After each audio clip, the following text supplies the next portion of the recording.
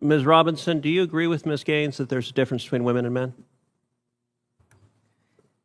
If the question is about trans women, I'm just asking, is there a difference between women and men? what I can say here is that the NCAA has rules in place. They've had rules in place for the last decade, and when this competition happened, I'm going to try again. the rules were clear. Do you believe there's a difference between women and men? It's a yes/no question. Do you believe there's a difference? Oh, I think that we're talking about this case with the NCAA. No, I'm asking a question. Do you believe there's a difference between women and men? Most people could answer this very simply. I'm curious if you're willing to do so. And I think, unfortunately, today's Democrat Party has decided that women's sports and girls' sports no longer matters, and they're willing to push radical legislation designed to destroy girls' sports and women's sports. In a jaw-dropping Senate exchange, Senator Ted Cruz demolishes a radical Democrat witness who refuses to acknowledge the basic biological differences between men and women. Watch Cruz expose the dangerous agenda threatening women's sports and common sense. In yet another explosive Senate hearing, Senator Ted Cruz does what few are willing to do: speak boldly and unapologetically about truth, biology, and fairness. In a tense exchange with a radical Democrat-backed witness, Cruz demands simple answers to basic questions. What is a woman?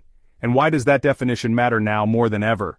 This clash wasn't just a political back and forth, it was a cultural showdown, and what unfolded will leave you stunned. Let's dive right in. Women. I'm just asking, is there a difference between women and men? What I can say here is that the NCAA has rules in place. They've had rules in place for the last decade, and when this competition happened, I'm going to try again. The rules were clear. Do you believe there's a difference between women and men? It's a yes/no question. Do you believe there's a difference? Oh, I think that we're talking about this case with the NCAA. No, I'm asking a question. Do you believe there's a difference between women and men? Most people could answer this very simply. I'm curious if you're willing to do so. Oh, absolutely. I'm just putting it into the context of the conversation that we're having. I think that there are definitions related to sex. Is that a yes? So I'm trying to get a yes or no. I'm not trying to get a speech. Is there a difference between women and men? I think that there are definitions for biological sex. Okay, so you're not answering that. Let me ask you this question then. Why do women's sports exist? If you can't define a difference between women and men, why not abolish women's sports and just tell little girls to swim with little boys and see who wins? Oh, I'm simply saying that that sex is different than gender. Why and I do believe that women's sports have a great exist? value. I mean, Senator, I'll tell you right Ms. now. Ms. Robinson, please answer the question I'm asking you. Absolutely. Why do women's sports exist? I think that there are so many positive benefits to sports. But why have a separate category for women? If there's no difference between women and men, why to have women's sports? I'm saying that there's a difference between sex and gender, and that the NCAA has rules in place, which they have for the last decade. Mr. Chairman, I would like to enter into the record an article from Duke Law called Comparing Athletic Performances for the Best Elite Women to Boys and Men.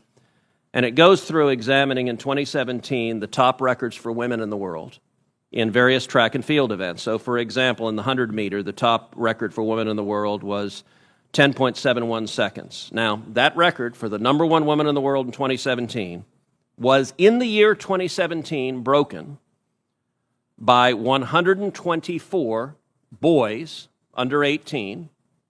In that same year, the record for the number one competing woman in the 100-meter dash in the world was broken by a total of 2,474 men. If the radical Democrat agenda to destroy girls' sports and women's sports succeeds, little girls will not have a chance to compete. So I ask unanimous consent that this article be entered into the record. Senator Ted Cruz didn't just ask tough questions, he exposed a fundamental truth that too many are afraid to say out loud.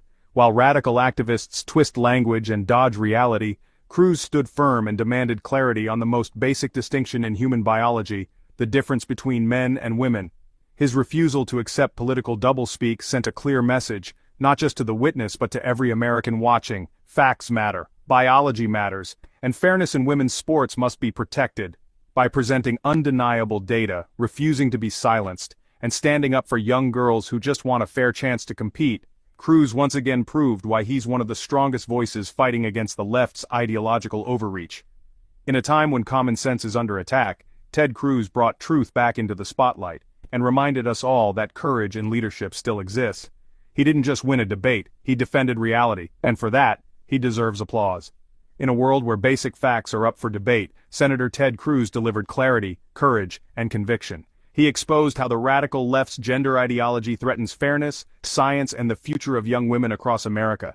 And when confronted with silence, confusion, and spin, He brought the receipts. So if you believe in protecting women's sports, if you believe in speaking truth without fear, if you believe in standing against woke nonsense, then click subscribe and join the fight to restore common sense in America.